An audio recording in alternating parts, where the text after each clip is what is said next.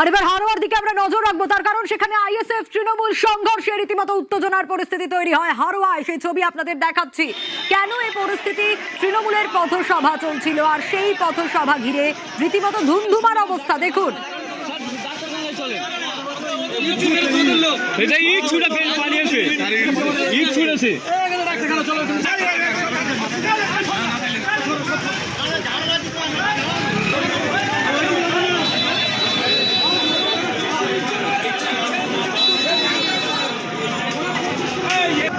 জিয়াউল রয়েছে আমার সঙ্গে, জিয়াউলের কাছ থেকে জানবো। জিয়াউল, ঠিক কি অভিযোগ? এরকম একটা পরিস্থিতি তৈরি হলো কেন? ঘটনার সূত্রপাত কোন জায়গায়?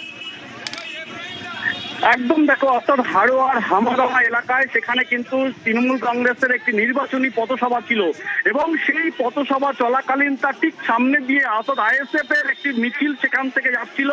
সেই মিছিল থেকে কিন্তু হামলা হয় এমনটাও কিন্তু অভিযোগ। ফলে সেই অভিযোগের ফলে তারপরেই পাল্টা কিন্তু হামলা হয়। ফলে এই যে নির্বাচনী পথসভা শাসক দল তৃণমূল কংগ্রেসের সেই পথসভায় কিন্তু যথেষ্ট ভাঙচুর করা হয়।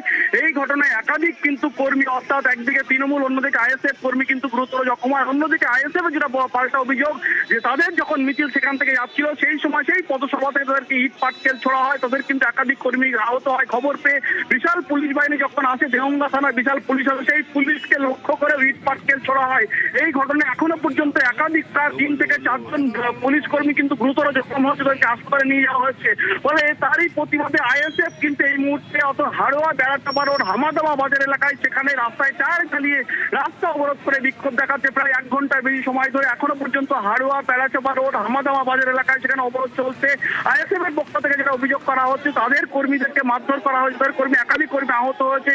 ফলে এর সঙ্গে তৃণমূল কংগ্রেস যুক্তদেরকে গ্রেপ্তার করতে হবে, এই দাবি তুলে কিন্তু রাস্তা অবরোধ করে বিক্ষোভ চলছে। পাল্টা কিন্তু আইএসএফ এর পক্ষ থেকে তৃণমূলের পক্ষ থেকে যেটা অভিযোগ করা হচ্ছে, তাদের পথসভা চলাকালীন সেই পথসভায় হামলা করা হয়। ফলে তাদের একাধিক কর্মী আহত হয়েছে।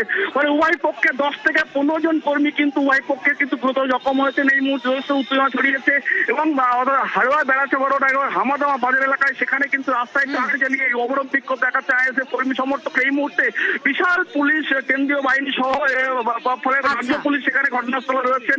কিন্তু অনড় হচ্ছে প্রায় 1 ঘন্টার বেশি সময় ধরে রাস্তায় টায়ার জ্বালিয়ে অবরোধ বিক্ষোভ থেকে একটা দাবি যে সমস্ত কর্মী